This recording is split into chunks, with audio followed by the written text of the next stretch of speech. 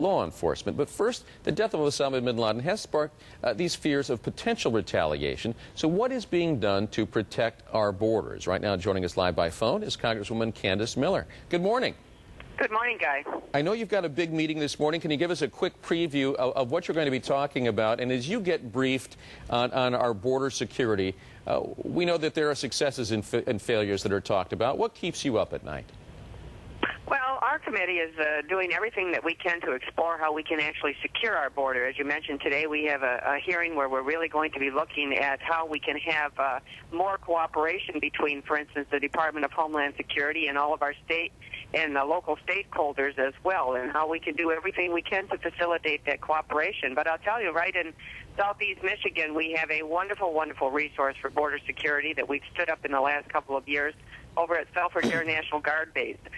There we have something called the Great Lakes Branch of the Northern Border Wing. The Customs and Border Protection there has been significantly ratcheted up with more personnel, with air assets, with water assets. We just opened up something we call an Operational Integration Center, which is a great, could be a national model really for cooperation amongst not only the Customs and Border Protection, but the Coast Guard, the Border Patrol, state and local officials, all focused on one goal, and that is security along our border. Well, we should wish that every other border was as secure as this one. You know, one of the interesting developments that we've been watching overseas is that the former Mideast hotbeds, where there was such anti-American sentiment, we're not getting the backlash there. The response has been quite muted in the wake of bin Laden's death, apparently because of these peaceful revolutions that are underway. Are you encouraged that maybe we're seeing the death of some of these jihadist movements? At least they're not growing at the rate that they were?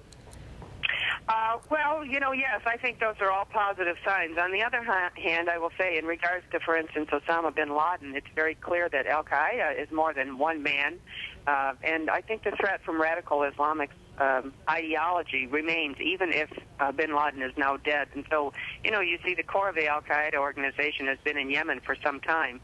And I just think it's very, very important, as I think you mentioned already on your broadcast, people need to remain vigilant in the weeks and the months to come. It's very important, more important than ever. If you see something, say something. So if you see something that looks unusual or you have some concern about it, say something to the local authorities if you see something that you think is not right. But, you know, we also need to have confidence in our security forces that they're going to be doing everything that they possibly can to counteract any kinds of threats. But people do need to be alert. Congresswoman Candice Miller, good luck with that hearing today on securing our borders even further. We sure thank you for joining us this morning. Thank you. Good morning. Take care.